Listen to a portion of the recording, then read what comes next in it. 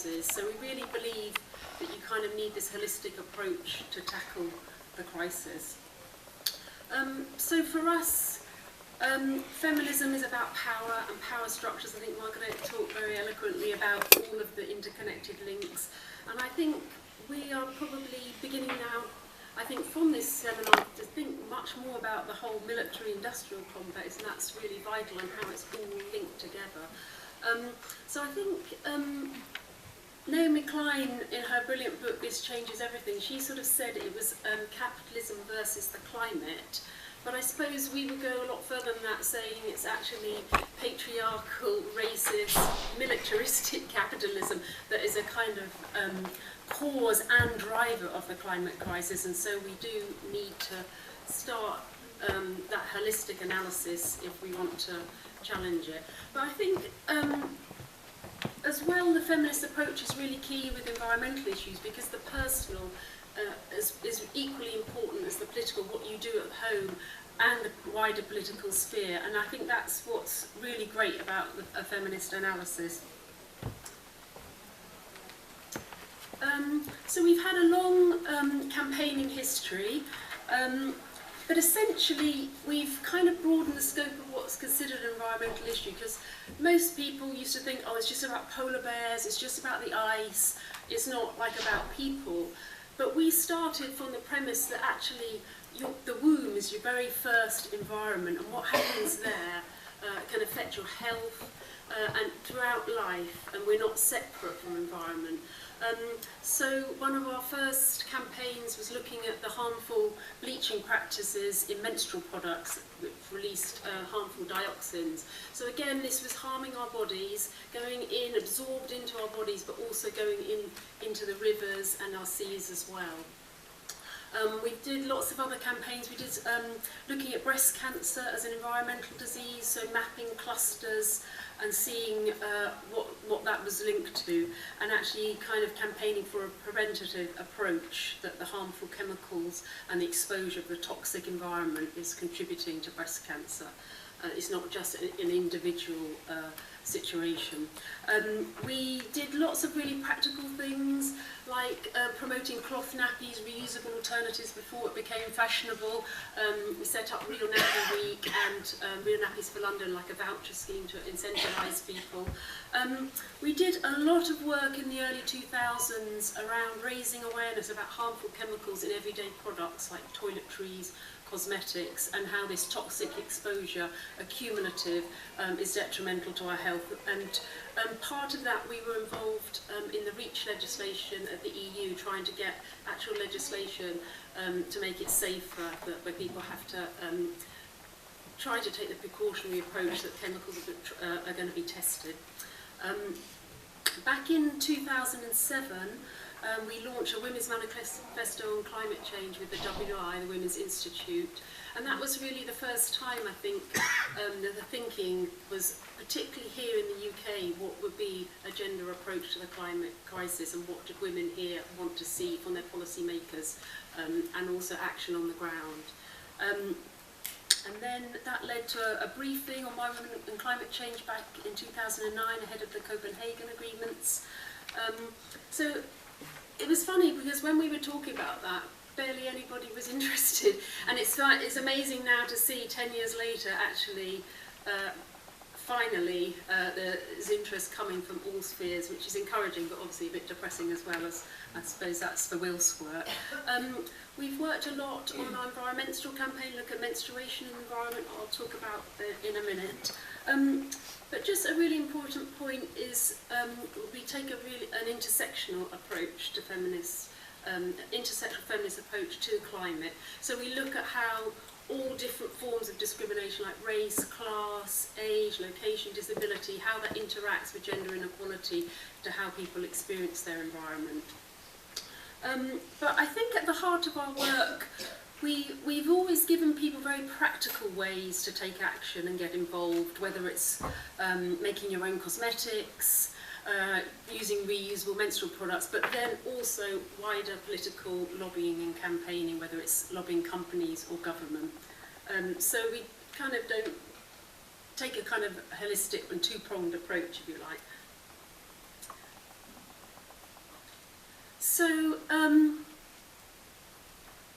work at the grassroots and global. So we're based in East London, in Tower Hamlets. Does anyone here know Tower Hamlets? Okay, some people. So for those who are not familiar, it's a very diverse borough. It's got a rich history of struggle and protest. It's been particularly the borough where most of the waves of immigrants over the centuries have come. So it's a very dynamic borough. But it's also quite a deprived borough as well, with high levels of poverty and air pollution, and a high ethnic minority population. So we've got a lot of local projects in Tower Hamlets. One of them is Soil Sisters. So we're working in 5 women's refuges, working with the women who've escaped domestic violence or forced marriage. And the project is about building therapeutic gardens so they can heal from their trauma, and reconnect with nature. My colleague Shira is sitting at the front. She's a Soil Sisters coordinator, so if you'd like to find out more about that project, we've got a table outside. Please come and talk to Shira. And what we're hoping is that this model of working could then be replicated across the UK in lots of women's refuges. So this would be a standard that every women's refuge would have a community garden where you could grow fruit and vegetables and flowers and reconnect with nature as well. And we also run the Tower Hamlets community food growing network, so bringing community food gardens together. So we support urban community food growers to grow their own food and also come together and celebrate cultural diversity. And part of that as well, we have a food partnership, so promoting sustainable food solutions. But we've really found, I think, with this local work, we don't go in and say, oh, talk about environmental issues. We do it through practical engagement, and we found that's a really brilliant way to kind of engage people with environmental issues, but in a way that they can relate to. It's an accessible way. So we've introduced wider environmental and feminist topics through the lens, through the practical way of food growing.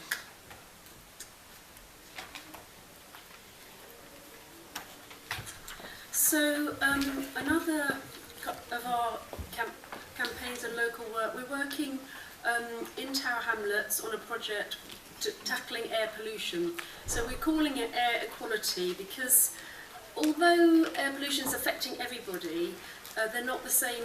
People have different vulnerabilities due to gender, race and poverty, and that's really prevalent in Tower Hamlets. It's got one of the worst air pollution rates in London, and children born there have 10% less lung capacity than in other parts of the country, which will stay with them throughout their lives. So we're working with women's groups, 4 women's groups and an after-school girls club, sort of supporting them to come up with their own plans for tackling air pollution locally. And we formed a local network of all different organisations working so we can work collaboratively and hope have more impact at a sort of policy level. Because I think that's part of the problem. A lot of people like work in silos and yet there's no collaboration. We held a big WEN forum event bringing key speakers together and asked what's gender, race and poverty got to do with air pollution. So we're trying to raise awareness that it is a gender issue. Our Green Baby project we're hoping to launch next year. So this is looking at the whole issue around indoor air pollution and the toxic exposure from different chemicals. So particularly focusing at the time when you have a baby, so you're more vulnerable, the baby, and also when you're as a pregnant woman and parents. But we're going to do like really practical workshops to parents, midwives, to raise awareness. So looking at simple alternatives, but also lobbying manufacturers to say, why aren't you, can you remove these harmful chemicals in your products, particularly these endocrine disrupting chemicals, EDCs, which are particularly harmful to babies and to mothers. So mentioned before our environmental campaign. we've been working on it for a long time, but we relaunched it in 2018, and it's grown. So basically, we're looking at we want to end plastic pollution from period products, and then champion reusable alternatives. So I don't know if you're aware, in a conventional pad that you might use, a menstrual pad, it's up to 90% plastic in the pad itself. And a packet of pads, mainstream pads, is equivalent to 5 plastic bags worth of plastic. So I think it's quite a lot of plastic, and something that people are not really aware of. Even in a tampon, it's about 6% plastic. So we're trying to raise awareness of this and kind of put pressure on manufacturers to remove the plastic. It's not necessary to have it in the products. So we formed a coalition of about 60 different organisations that come together to put pressure. But we're also doing workshops in schools, universities, businesses, hands-on workshops showing people the alternatives like menstrual cups, cloth pads, even plastic-free alternative disposable products, to show that there is a different way. And we, at the same time, we want to kind of get rid of the taboo and stigma around periods, as well as addressing period poverty. So we have a week of action and a toolkit, just a way to inspire people to take action. This year we had over 100 events around the country and people taking part in that. So if you're interested, you can look at our toolkit on our website. We're very keen for more people to join. So, a lot of people ask us, oh, why gender and the climate? I can imagine in this audience you're all very well versed in it, and obviously a lot of the points that Margrethe made probably is going to be overlap here. I think sometimes a lot of people see like climate crisis just a very sort of scientific, technical issue, and that I think that approach impacts the solutions that we take. It kind of replicates those existing inequalities that the speakers have already talked about. So that's why I know a lot of people think that patriarchy is passe. That's why we want to bring it back to the centre of things, to say actually, unless we talk about that and put it centre, we're not going to be able to address climate crisis or militarism effectively. And I think that was one of our WEN volunteers went on a demo, and I think that is quite a good way of summing up Women First Affected, Last Consulted. So a lot of people ask us why. As we've already seen, women are disproportionately negatively affected, and that's particularly prevalent in the Global South, but that's still the case here. And this isn't by chance, this is due to different and unequal social roles and status. We don't really prescribe to the view that women are inherently closer to nature. We believe it's more through these gender roles they might have a different relationship to the environment, but that's not an inherent trait of women. We would probably advocate actually all those roles should be shared, like childcare shared equally with men, collecting water and fuel. But as we've seen, women have less say in decisions and solutions to tackle it. And again, this is still the case here in the UK. If you think of all the main sectors, transport, energy, finance, defence, there's a huge absence of women or of a feminist analysis to any of these subjects, and that then affects the solutions adopted. So unfortunately, the major environmental and political decisions are overwhelmingly male. And that's what we want to address. So I think I can skip through these. We've already quite well aware of a lot of the burdens and the impacts. The burden of childcare, and obviously the climate crisis magnifies existing gender inequalities. And it'd be quite interesting to see, I don't think there's much data from the UK about this situation, much more from the Global South, but with the current floods, wonder what the gendered impacts of that is. It would be quite interesting to find out more about that, I think. Particularly sometimes to engage some of the people here, they might think it's quite distant, but is it? I think there was with the climate crisis in Mexico City, saying it was particularly impacting poor women and girls who were taken out of school to then queue for water for many hours as well. So, and also then impacted women's ability to earn a living because they had to queue for so many hours to get water. So these are just some stats that you're probably quite well aware of, but again it illustrates what we're up against. And I think the brilliant Mary Robinson, so yeah, I think she's hit the nail on the head. When it's a male world, you have male priorities. And I think that's part of the problem, this compartmentalised thinking where women's priorities are invisible in the planners, and that then affects what happens and what is seen as a priority. So, to reiterate what a lot of the speakers have said, I should have put in the militarist system, so apologies. So this whole approach is a question, it devalues nature, women and people of colour, so that it's a commodity to exploit, and that's part of the problem with the whole neoliberal thinking as well. And we would like to see this justice at the centre of all climate policy, as with this angle of environmental, social, gender and racial justice. But I think this was touched on as well. We want to really see the culture of care as centre for a low carbon future.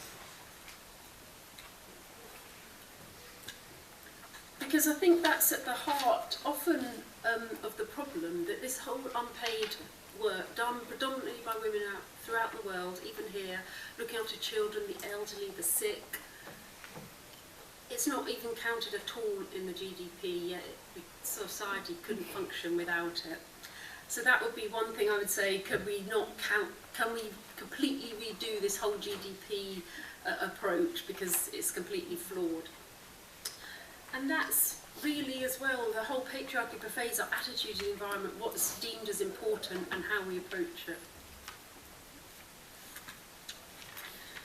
I'm not going to talk much about this because I know we've got a lot of experts in the room who are going to talk about this in a lot more depth. So I think I just wanted to briefly say about the petrochemical masculinities and how the military budgets as well are taking away from green infrastructure and public services that could actually have a strong gender impact. Obviously it's well known in austerity politics that women suffer first and foremost when public services are cut, and that's again with the military budget. And also the toxic legacy left behind with the bases has particular gender impacts for women's bodies and the next generation as well.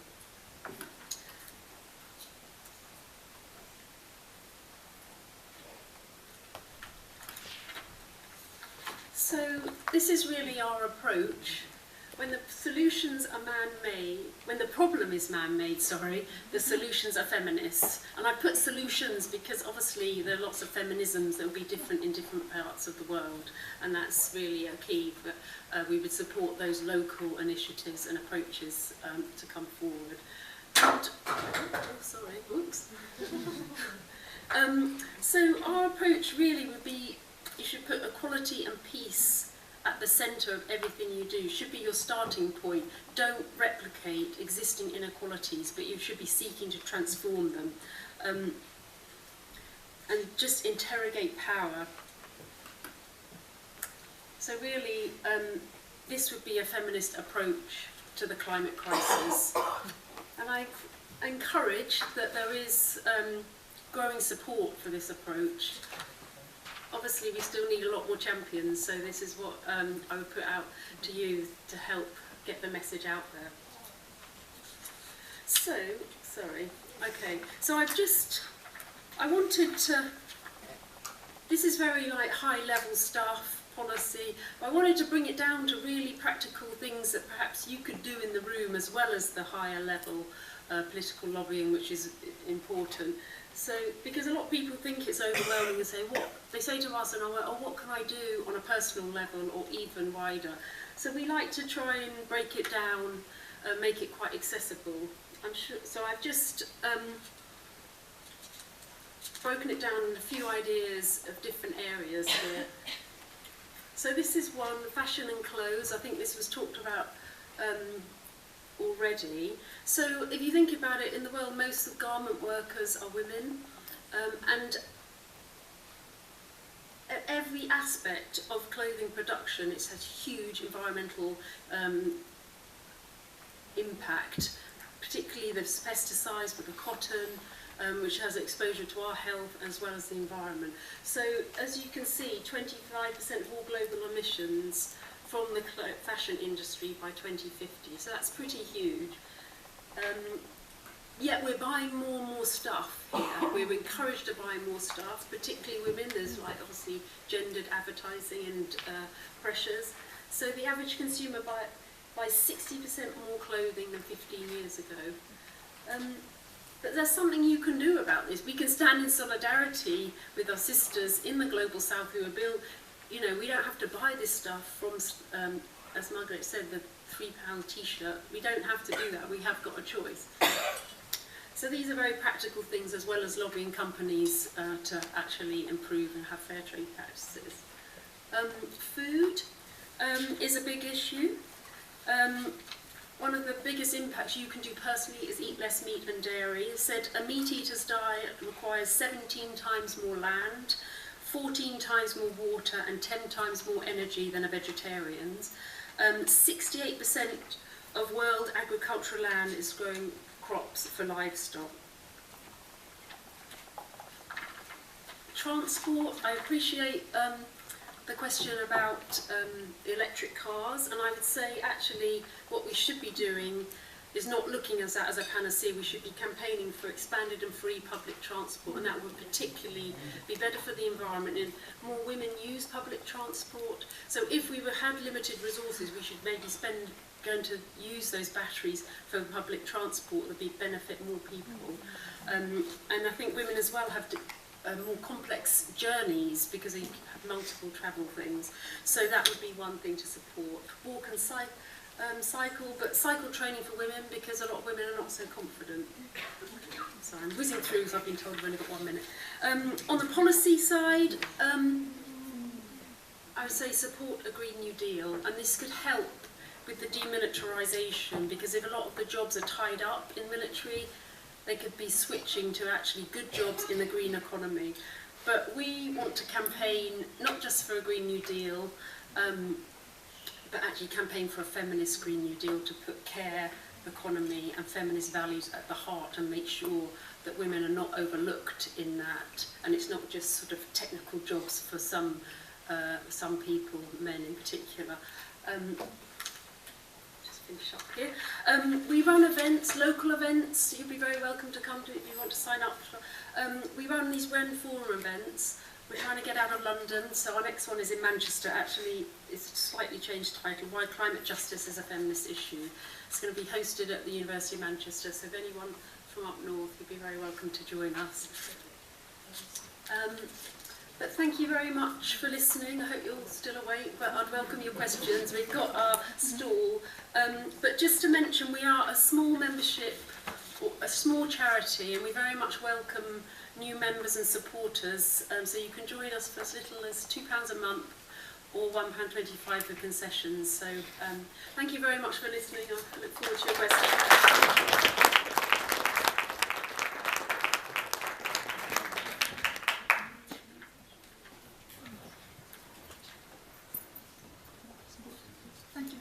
Okay. And any questions from the floor?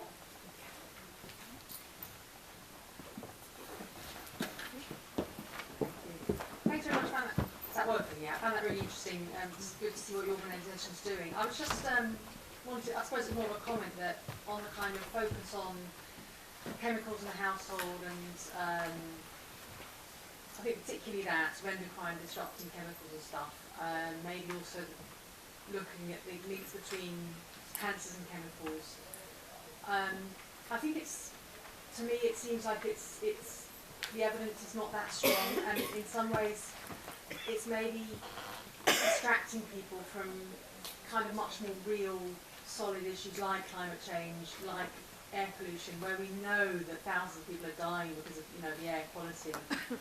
I think it's maybe I would say that focusing on these kind of chemical things where the evidence is still not so strong, and maybe frightening people and making them feel that, you know, they're living in a toxic house, you know, and making people quite obsessional about that. I think possibly from my perspective is counterproductive when you've got very real evidence-based issues like air pollution and climate change and the dramatic effects we're seeing of that, you know, now. But like I said, thank you very much.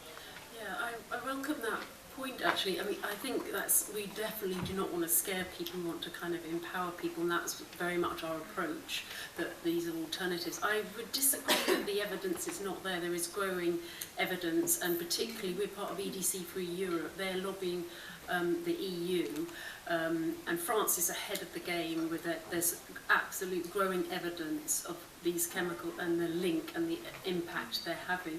And I would say as well that it's very much part of the climate crisis, because all of these chemicals rely on fossil fuel production to produce them, and they, you know, damage the whole environment, the plants they're at. So it's not a nice, I would say, obviously the climate crisis, I see them as interlinked and not separate.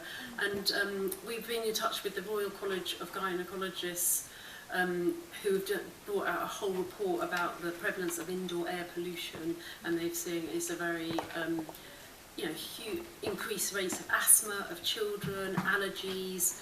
I think it's just a ticking time bomb that we're not aware of it.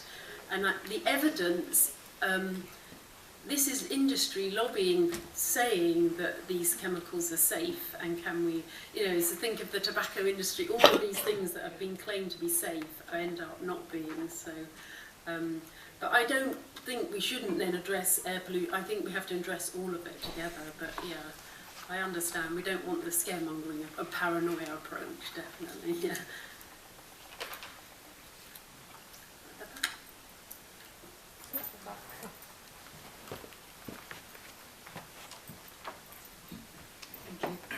I wanted to ask or suggest